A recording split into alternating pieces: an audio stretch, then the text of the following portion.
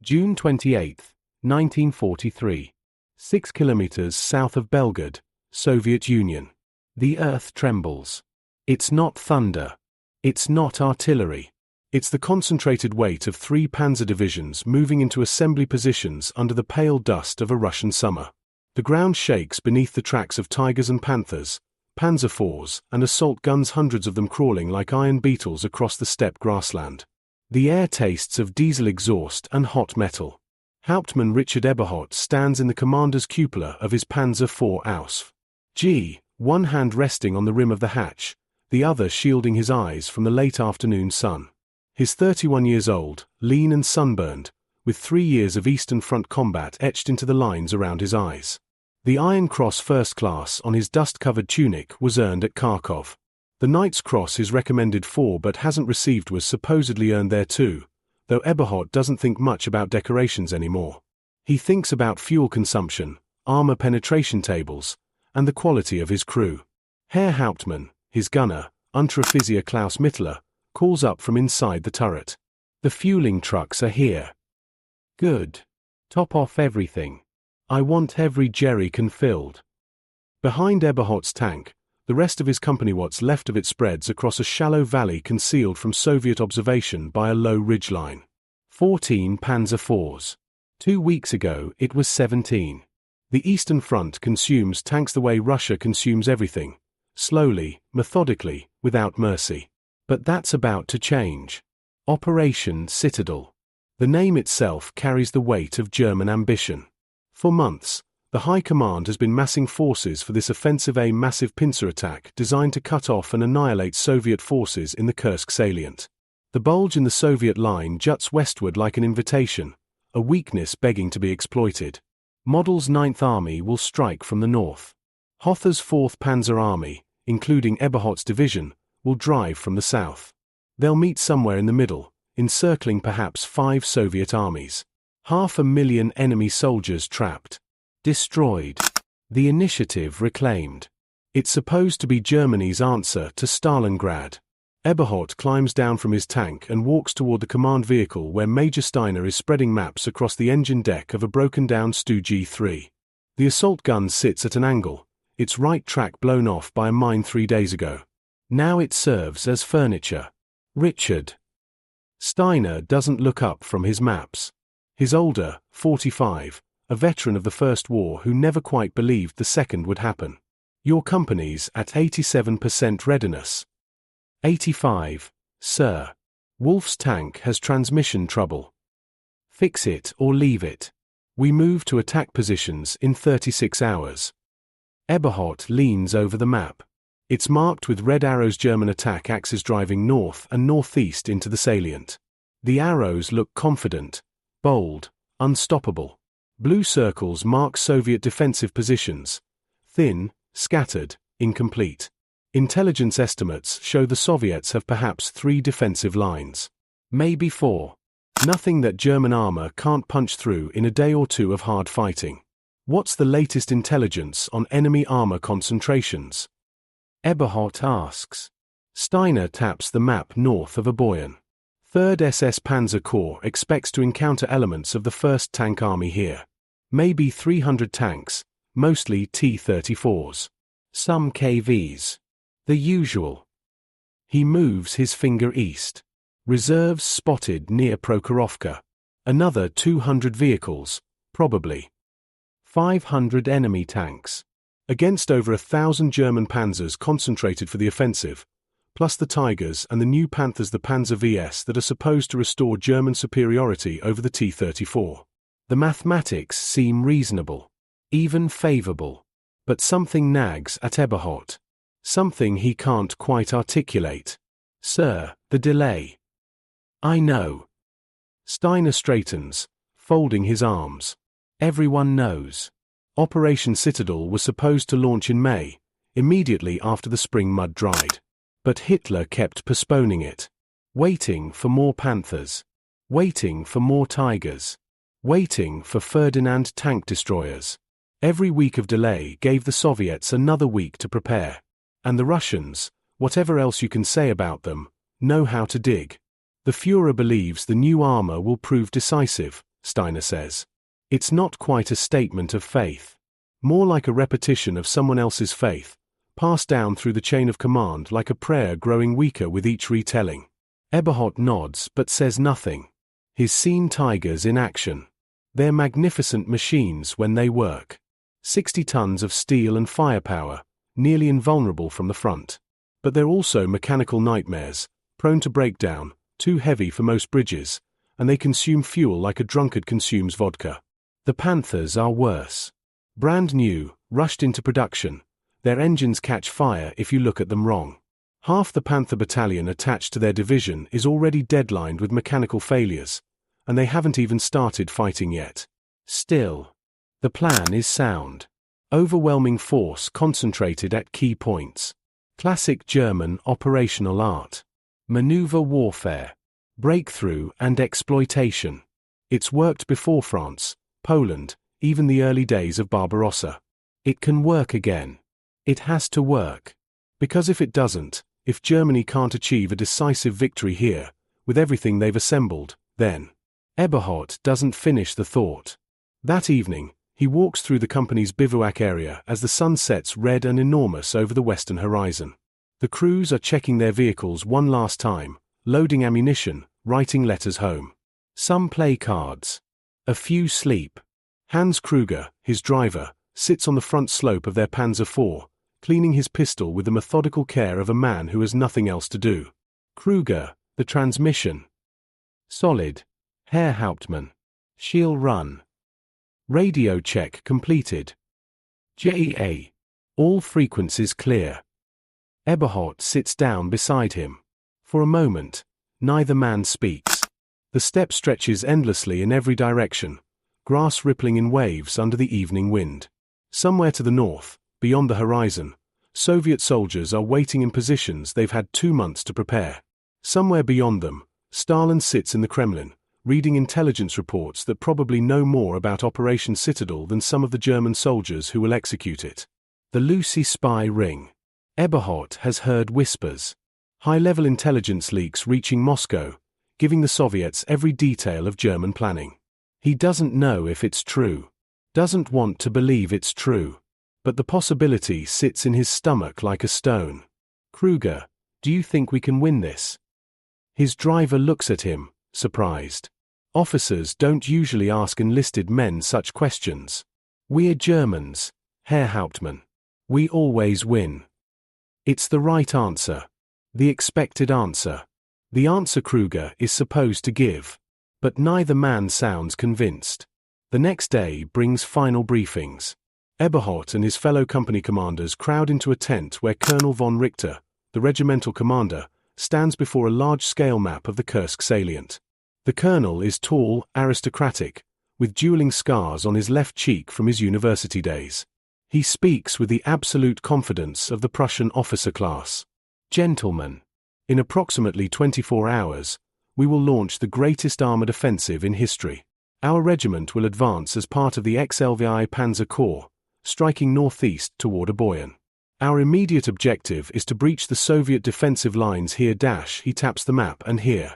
Once through, we exploit north, severing communications between the forces in the salient and Soviet reserves.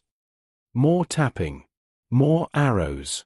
More confident predictions. Intelligence indicates the Soviets have concentrated their forces forward, attempting to stop us at the first defensive belt. This is a mistake. Once we break through, there's nothing behind them but open steppe. We'll be in Kursk in 3 days.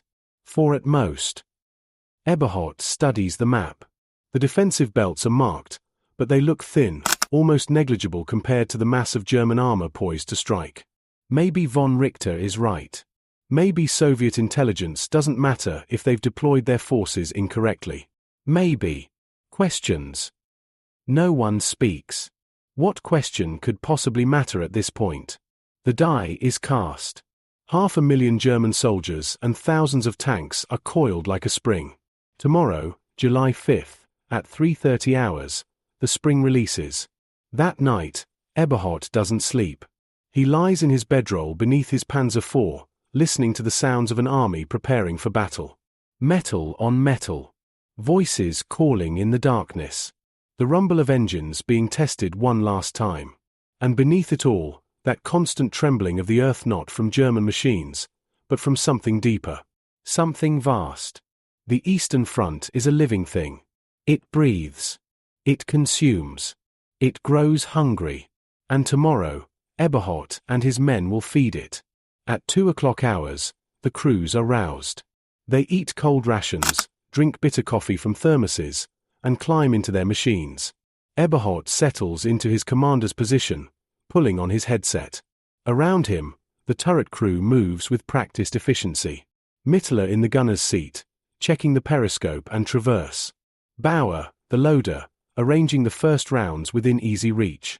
Below, in the hull, Kruger and the bow gunner complete their pre-combat checks. All stations, report, Eberhard says into the intercom. One by one, his crew confirms readiness. Then the word comes down from battalion, engines start. The roar is apocalyptic. Hundreds of engines coughing to life simultaneously, the sound rolling across the steppe like a physical force. Eberhard's Panzer IV shudders beneath him as Kruger brings the Maybach engine up to operating temperature. Black exhaust billows into the pre-dawn darkness.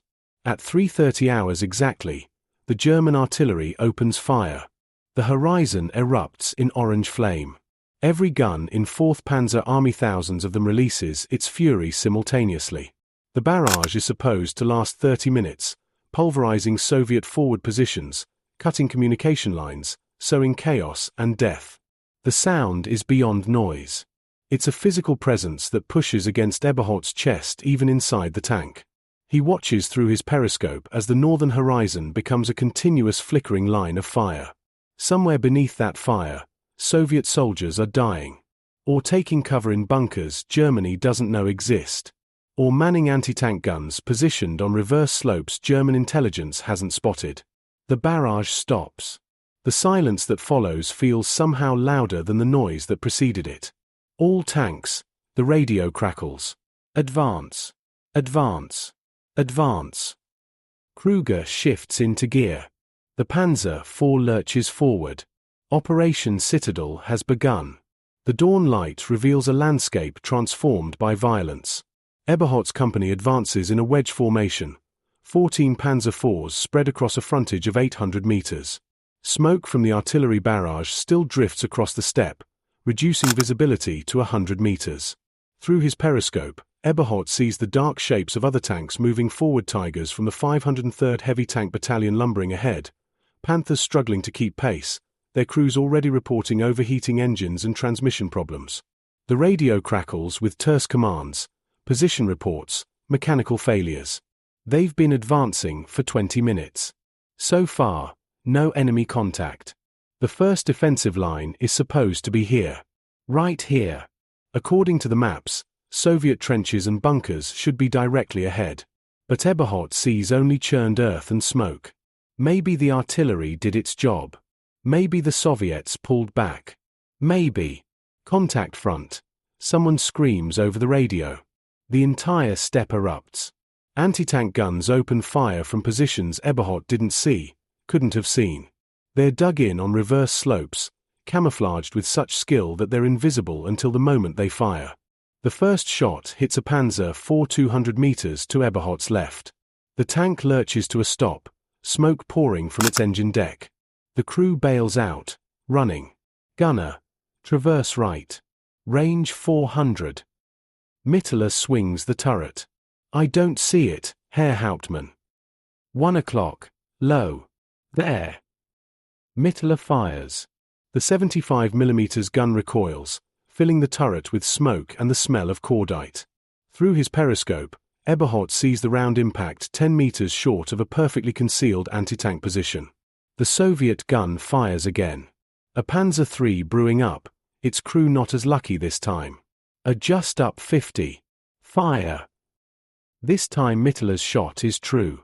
The armor-piercing round smashes into the gun shield, and the Soviet position goes silent. But there are more. So many more. The German advance slows to a crawl as every tank commander searches desperately for targets that reveal themselves only when they shoot. The Tigers push ahead. Their frontal armor is thick enough to shrug off most Soviet anti-tank rounds, but the Panzer IVs are vulnerable. Their armor adequate against T-34s in a fair fight but paper-thin against dug-in guns at close range. Kruger, hard left. Get us behind that tiger. The Panzer IV pivots, using the heavy tank as a shield. It's cowardly but necessary. Eberhardt has 14 tanks. He started the day with 14 tanks. He wants to end the day with 14 tanks. He won't. At 6:30 hours, they reach what intelligence identified as the first defensive line. It's not a line. It's a network, a sophisticated system of trenches, bunkers, communication tunnels, and fighting positions that extend for kilometers in depth. Every strong point supports the others with interlocking fields of fire. Every position is sighted to maximize cover and concealment. This wasn't built in 2 months. This was built over the entire spring and early summer, by an enemy that knew exactly where the Germans would attack and exactly how to stop them. The Soviet soldiers manning these positions fight with a determination that Eberhardt hasn't seen since the desperate days outside Moscow. They don't retreat. They don't surrender. They fight until their positions are overrun, and even then some continue fighting from the rubble. German infantry, advancing behind the tanks, clear each bunker with grenades and flamethrowers. The progress is measured in meters per hour. By noon, Eberhardt's company has advanced 3 kilometers. 3 kilometers. At this rate, it will take them a month to reach Kursk. And the mines. God, the mines. The Soviets have sown the approaches with such density that the ground itself becomes an enemy. Anti-tank mines, anti-personnel mines, mines stacked on top of other mines. The engineers move forward with detectors, marking safe lanes with white tape, but the process is agonizingly slow. A Panther hits a mine and throws a track, blocking the advance for an hour while recovery vehicles struggle to move the 70-ton beast. Another mine detonates beneath a Panzer IV, blowing off its entire front drive assembly and killing the driver. The tank belongs to Oberleutnant Werner, one of Eberhardt's fellow company commanders. Eberhardt watches through his periscope as Werner's crew abandons the vehicle, carrying their driver's body wrapped in a canvas top. Werner himself sits on the ground beside his dead tank, head in his hands, while the battle continues around him. There's no time to stop.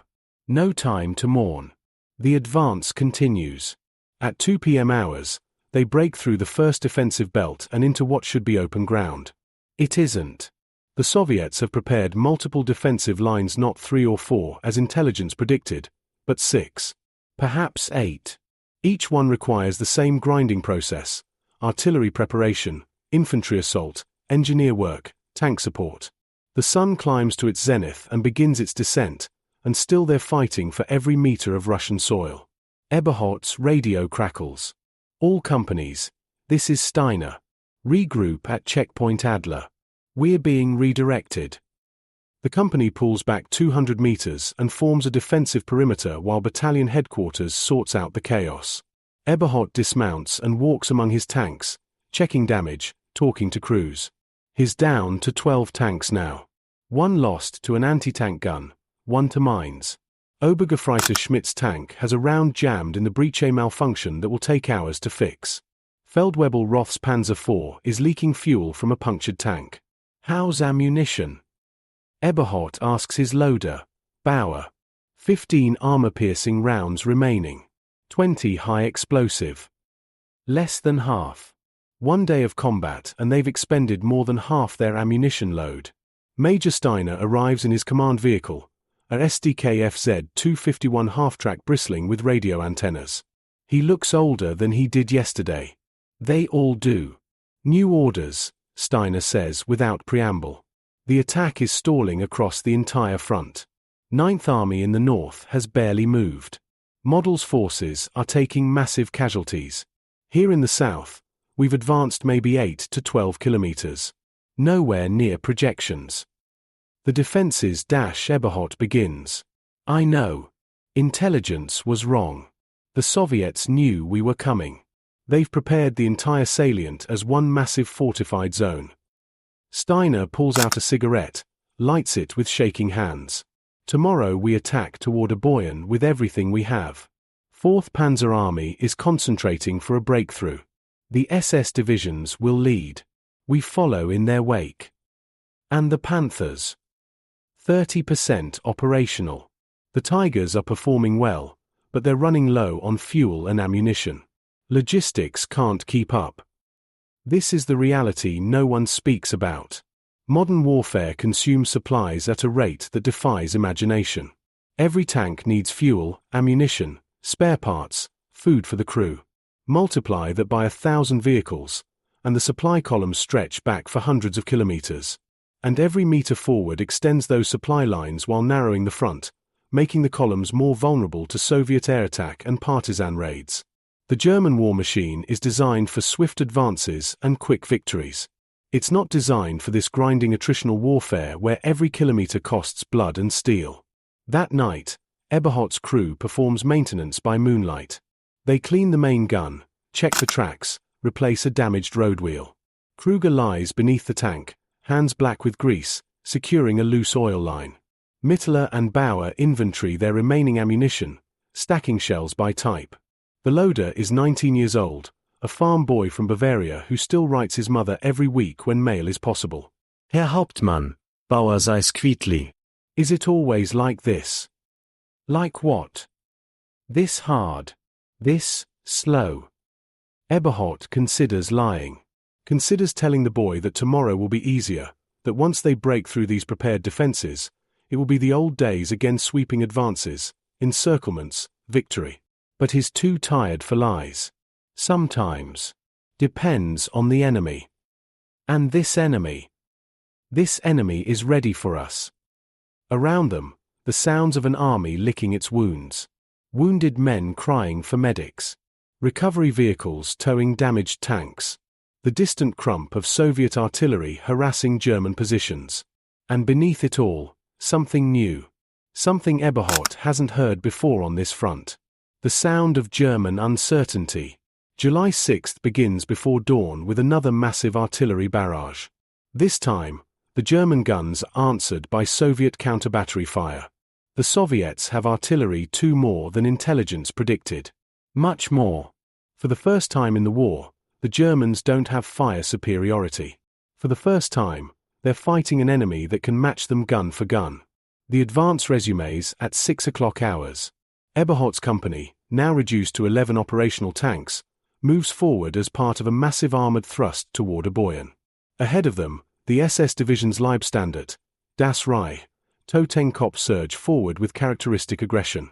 Their Tigers and Panthers smash through Soviet positions, and for a few hours it seems like the breakthrough might happen. Then they encounter the second major defensive belt. And behind that, the third. By evening, the German advance has gained another 8 kilometers. 8 kilometers at a cost of hundreds of tanks and thousands of men. The Luftwaffe, promised to provide air support, is strangely absent. Soviet fighters are contesting the airspace with unexpected strength, and German airfields are being hit by long-range bombers. Nothing is going according to plan. On July 7th, Eberhardt's company is down to 9 tanks. The Soviets are committing their armor reserves, now waves of T-34s counterattacking in formation, trying to blunt the German advance. The tank battles are chaotic, brutal affairs fought at close range where training and experience matter more than technical superiority. The Germans still have an edge in crew quality, but the Soviets are learning. And they have numbers. Always, they have numbers. That evening, Eberhardt receives a report from battalion intelligence. Soviet reinforcements are moving toward the Prokhorovka area, an armored formation of unknown size. Possibly a tank brigade. Possibly more. He studies his map by flashlight, tracing the roads leading into the salient from the east. If the Soviets are bringing in reserves, if they have a strategic reserve they haven't committed yet, then the German plan is already failing. Because Operation Citadel depends on destroying Soviet forces in the salient before they can be reinforced. It depends on speed, on breakthrough and exploitation, on reaching Kursk before Stalin can shift armies from other fronts.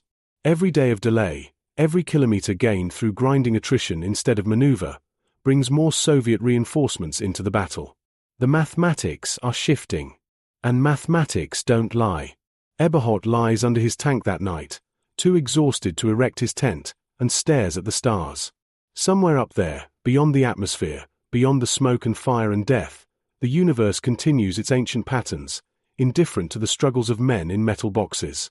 He wonders how many of those stars will still be watching when this is over. July 11, 1943. 12 kilometers south of Prokhorovka. The reconnaissance report arrives at 8 o'clock hours, passed down from division to regiment to battalion to company. Eberhardt reads it twice, certain there's been a mistake in the transcription. Enemy armor concentration observed northeast of Prokhorovka. Estimated strength, 500 to 700 vehicles. 5th Guards Tank Army, probably preparing counterattack. 5 to 700 tanks. Eberhardt's company has 7 operational vehicles. 7. In 6 days of fighting, they've lost half their strength to combat damage, mechanical breakdown, and the simple exhaustion of crews pushed beyond human limits. The other companies in the battalion are in similar condition. The entire regiment which began Operation Citadel with over 100 tanks can now field perhaps 60. And the Soviets have 700 fresh tanks waiting ahead. It's wrong, Oberleutnant Werner says. He's transferred to a replacement tank after his original vehicle was destroyed. There are dark circles under his eyes that weren't there a week ago. Has to be. Intelligence always overestimates Soviet strength. But Eberhardt remembers the defensive belts they weren't supposed to exist. The artillery concentrations that weren't supposed to be there. The mines that weren't supposed to be laid. Soviet intelligence knew everything. If they knew when and where Germany would attack, wouldn't they also prepare an armored counteroffensive? The answer arrives at noon. Eberhardt's company is positioned on a low ridgeline, providing overwatch for SS Leibstandard units advancing toward Prokhorovka. Through his commander's periscope, he can see the terrain ahead, gently rolling steppe, a few scattered villages, the Sel River glinting in the distance. Good tank country. Open fields of fire, firm ground, few natural obstacles. Perfect terrain for an armored battle. Herr Hauptmann.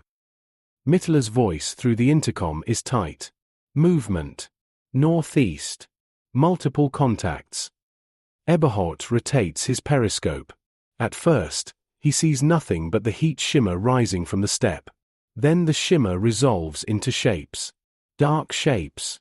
Moving shapes. Tanks. Dozens of them. T-34s advancing in line abreast, their broad hulls unmistakable even at 3 kilometers distance. Behind the first wave, a second. Behind that, a third. Count them, Eberhardt orders. Mittler begins calling out numbers. 40, 60, 80. The numbers keep climbing. More T-34s appear over the horizon. Not dozens. Hundreds. They emerge like a tide, spreading across the entire northern horizon, turrets traversing, advancing at speed. The Soviet tanks don't maneuver elegantly like German formations. They simply come forward in dense masses, accepting casualties, accepting losses, relying on weight of numbers to overwhelm any defense. And the numbers are incomprehensible. 160, 180. Eberhardt's radio erupts with reports. Every unit along the front is seeing the same thing. The 5th Guards Tank Army isn't preparing to counterattack. It's already attacking. Everything. Everywhere. All at once. 240. Herr Hauptmann, they're still coming. Through his periscope, Eberhardt watches the steel horizon continue to spawn tanks. The distances are too great for individual identification, but the mass is undeniable. This isn't a brigade. This isn't even a corps. This is an entire army tank armies that the Soviet Union wasn't supposed to have, that German intelligence claimed didn't exist, that Operation Citadel was supposed to prevent from ever being formed. But they exist. They exist, and they're here, and they're advancing. All tanks. Major Steiner's voice cuts through the radio chaos. Hold current positions. Engage at maximum effective range. Conservation of ammunition is secondary to stopping this attack.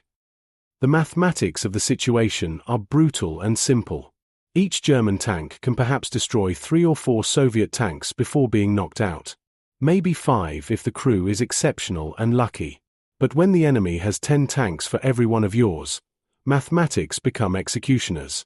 The first Soviet tanks reach 2,000 meters. The Tigers open fire. Their 88mm guns have the range and accuracy to kill at this distance.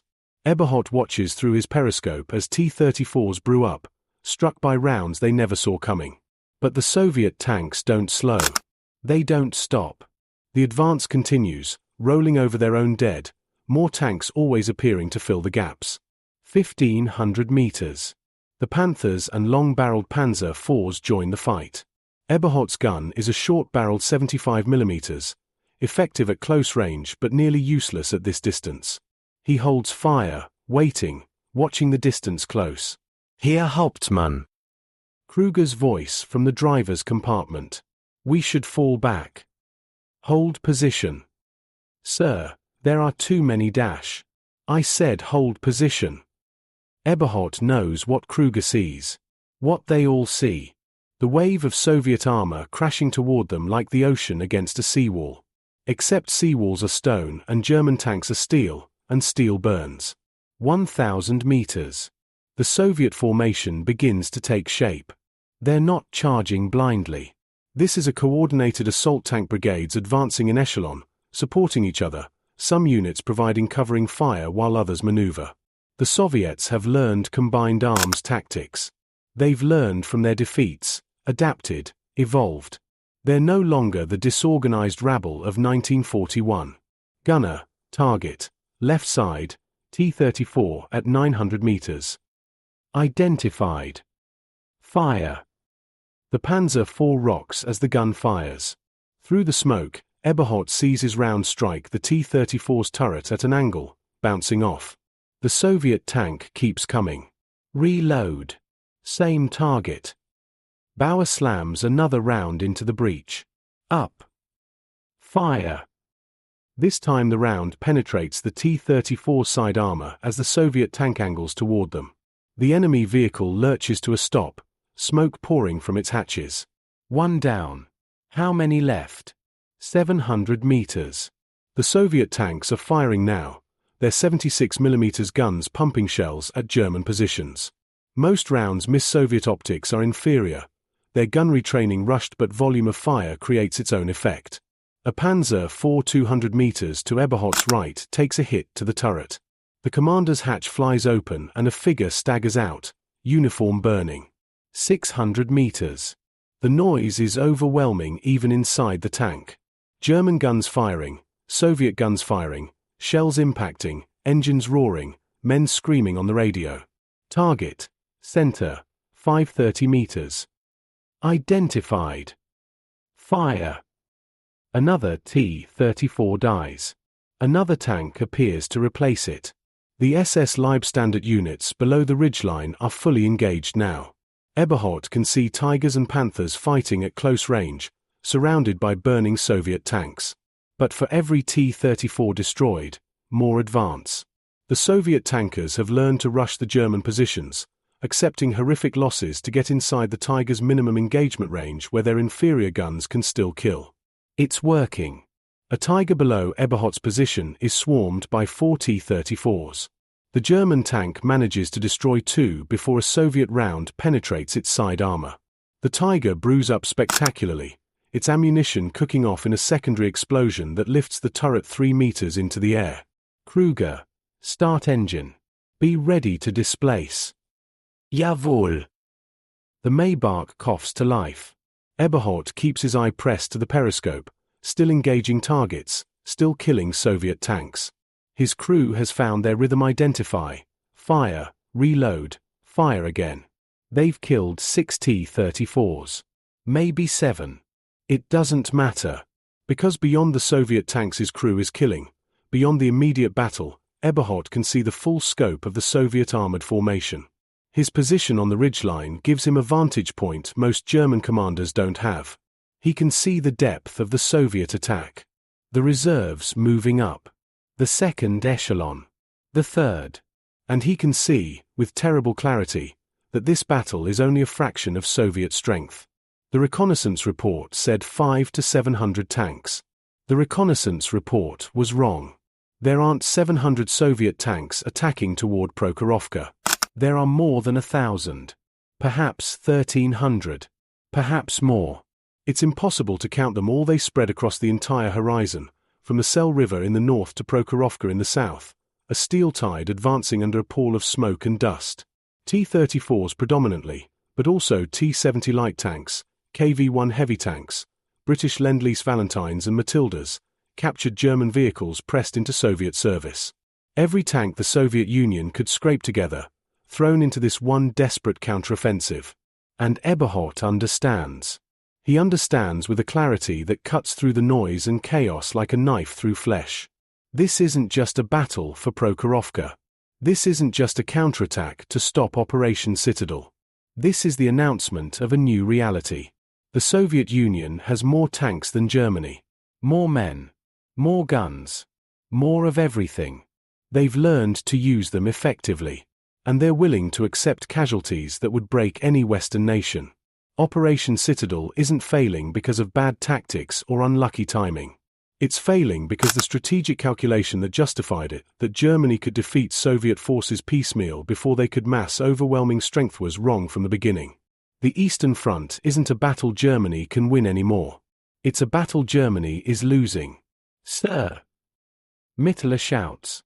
Multiple targets, close range. 3 T-34s have crested the ridgeline, appearing suddenly at 200 meters. Point-blank range. The Soviet tankers probably can't believe their luck. A lone German Panzer IV, isolated, vulnerable.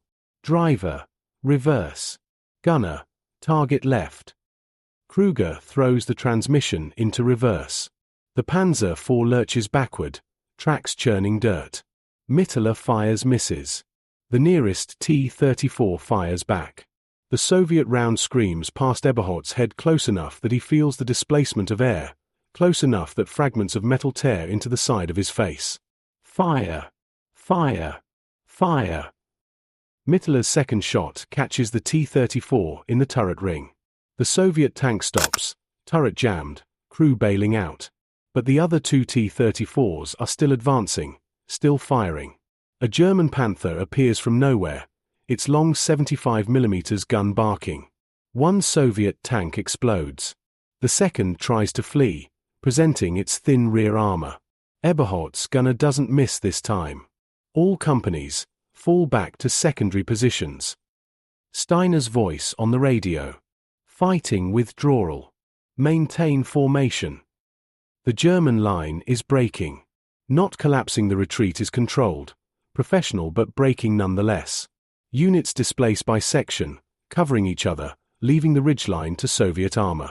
Tigers and Panthers form the rearguard, their thick frontal armor allowing them to retreat while still engaging.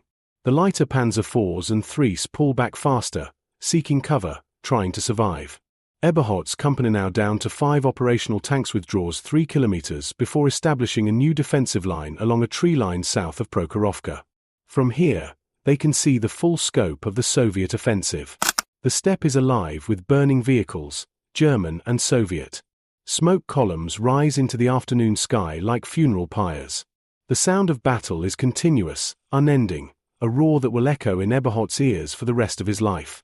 And still the Soviet tanks come. They come through the afternoon and into the evening. They come with T-34s and KV-1s and light tanks and armored cars. They come with infantry clinging to their hulls. They come until the battlefield is so choked with wrecks that movement becomes impossible, until both sides are fighting amid the burning corpses of 100 previous engagements. By nightfall, the Soviet offensive stalls not because the Germans stopped it, but because the Soviets have outrun their supply lines, exhausted their fuel, expended their ammunition. The silence when the guns finally stop is shocking. Eberhardt climbs out of his tank. His crew follows. They don't speak. They stand in the darkness, surrounded by fires, listening to wounded men cry for help in 2 languages, and try to process what they've witnessed. Herr Hauptmann. It's Werner, appearing from the darkness like a ghost. His tank is gone. He's on foot now, carrying only his pistol and map case. We're being withdrawn. The offensive is suspended. Hitler's orders. Suspended. The Americans and British landed in Sicily yesterday. The Italians are collapsing. Hitler's pulling SS divisions out to send west. So that's it, then. Operation Citadel, the great offensive that was supposed to restore German dominance on the Eastern Front, is over. Not defeated by brilliant Soviet generalship. Not stopped by overwhelming resistance. Simply cancelled because Germany doesn't have enough forces to fight on multiple fronts simultaneously.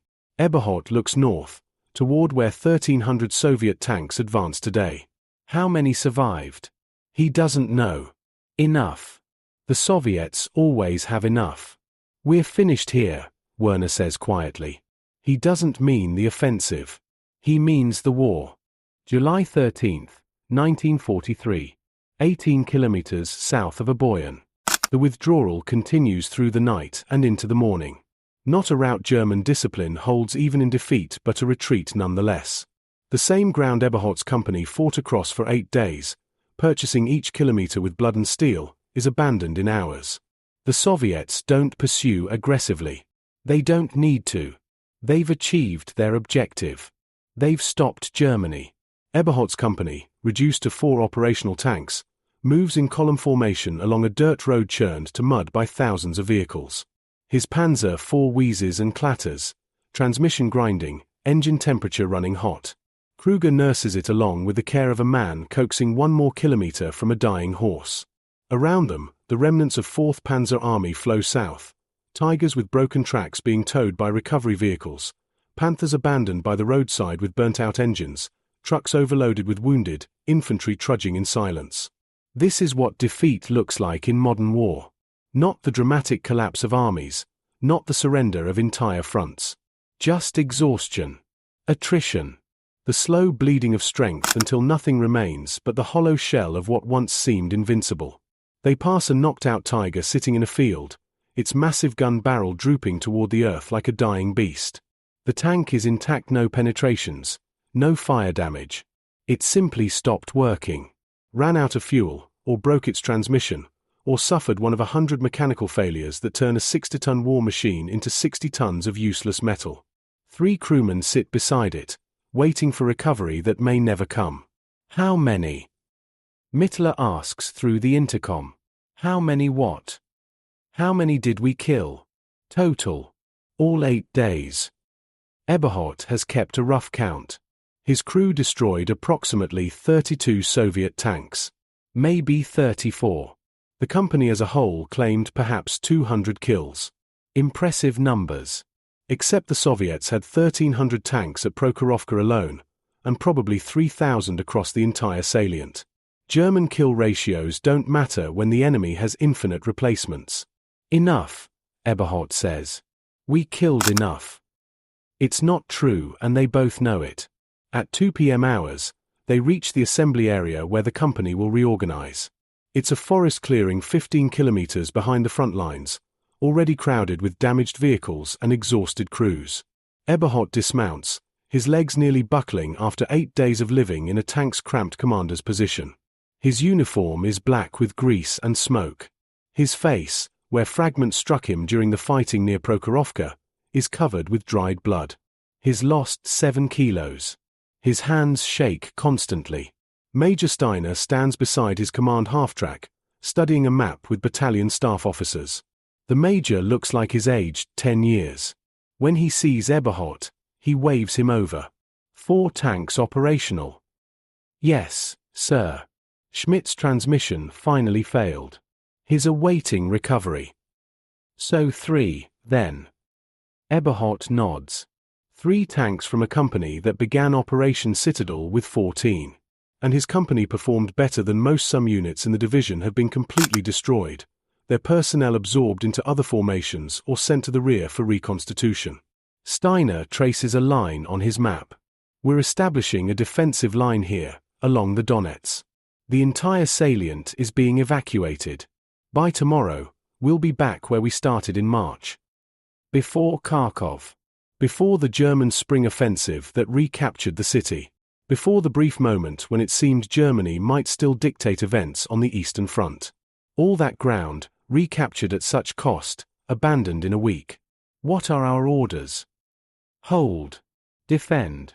Wait for Soviet attacks that will certainly come. Steiner folds his map. The Führer has declared Kursk a tactical victory. We inflicted massive casualties on the Soviets. Our forces conducted a brilliant fighting withdrawal. The enemy offensive potential has been significantly degraded. The words taste like ash. Eberhardt has seen enough operational summaries to recognize when higher command is lying to itself. Yes, the Germans inflicted heavy casualties. Yes, they destroyed hundreds of Soviet tanks. But the mathematics remain unchanged. Germany lost tanks and men it cannot replace. The Soviet Union lost tanks and men and has already begun replacing them. That night, Eberhardt sits with Werner and the other surviving company commanders around a small fire. No one speaks much.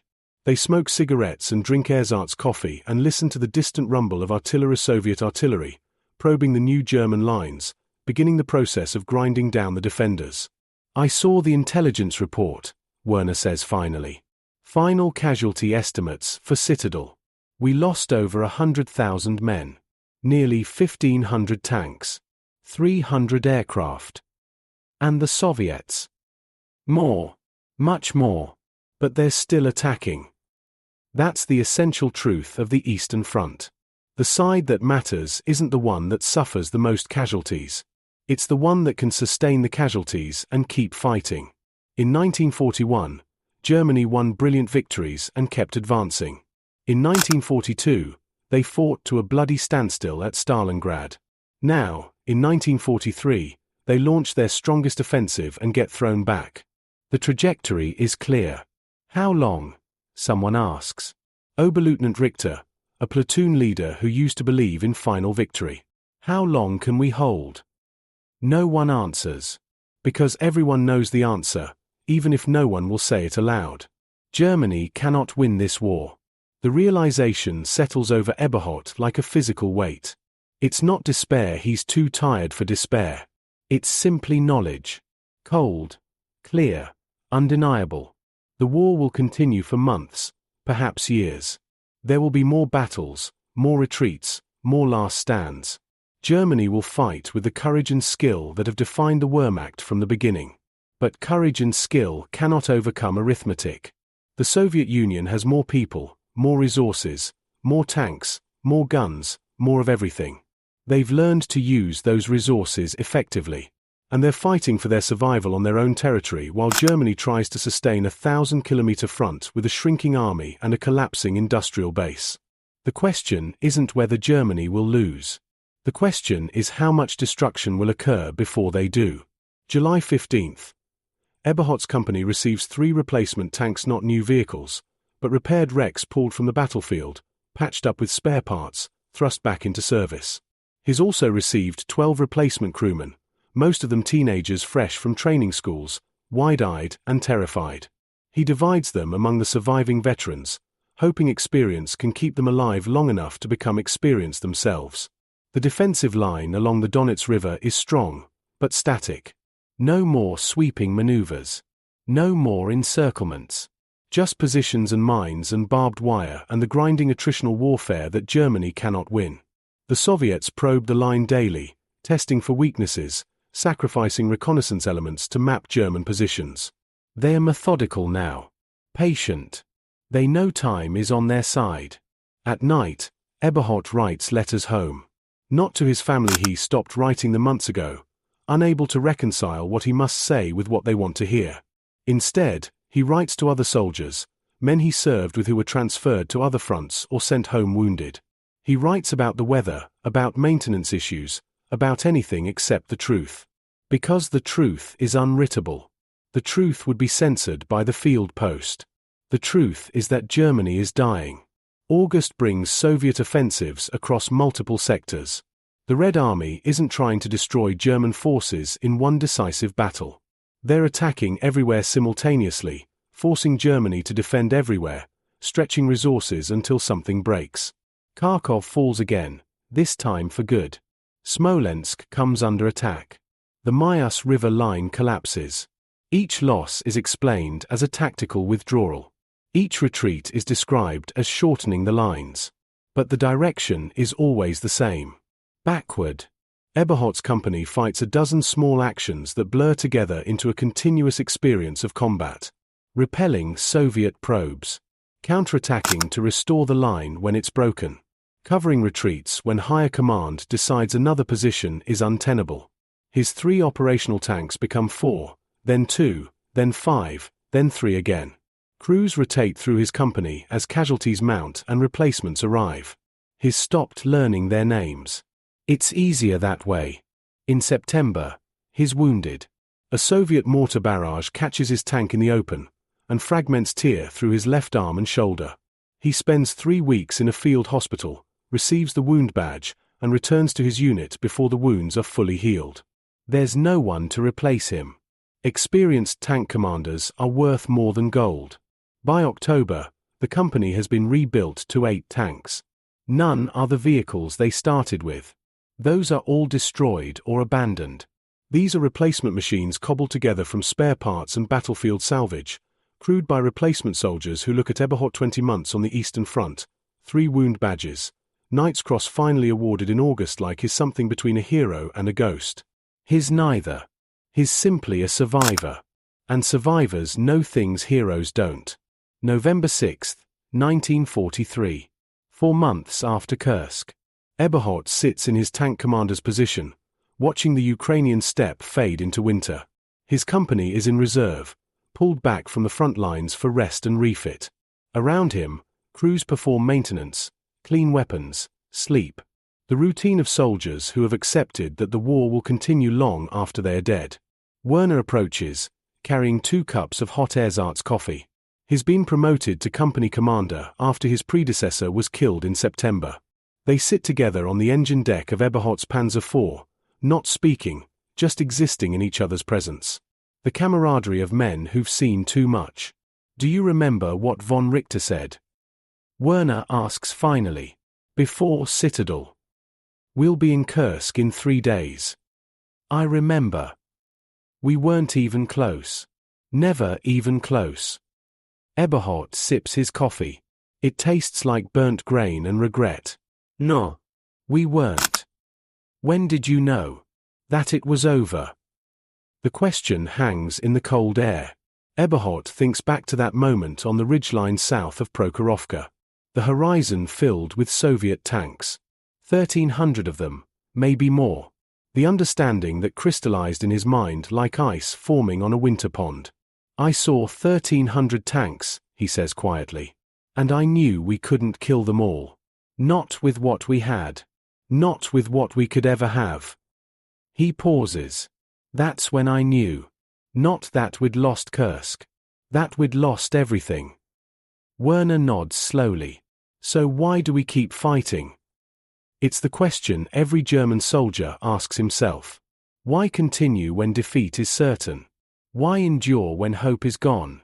The answers vary: duty, discipline, fear of Soviet revenge, the slim chance that somehow history will reverse itself. But Eberhard knows his own truth. Because this is what we are now. We're soldiers in a losing war. And we'll keep fighting until we're relieved, captured, or killed. Because that's what soldiers do. It's not heroic. It's not glorious. It's simply the reality of the Eastern Front in the final years of the war. The winter arrives early, turning the steppe white and bitter. The war continues. The Soviets advance. The Germans retreat, fighting for every kilometer, making the Red Army pay for each meter in blood. It changes nothing. The trajectory remains unchanged. Germany is losing. The Eastern Front is lost.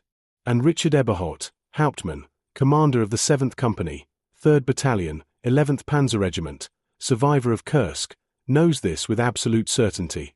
He knew it the moment he saw 1,300 Soviet tanks advancing through the smoke and dust of Prokhorovka. He knew it when Operation Citadel, Germany's last great offensive, ground to a halt and began its long retreat into history. He carries that knowledge like a wound that never heals. And every morning, he climbs into his tank and continues the war he knows cannot be won. Because some truths, once seen, cannot be unseen. And some wars, once lost, can only be finished.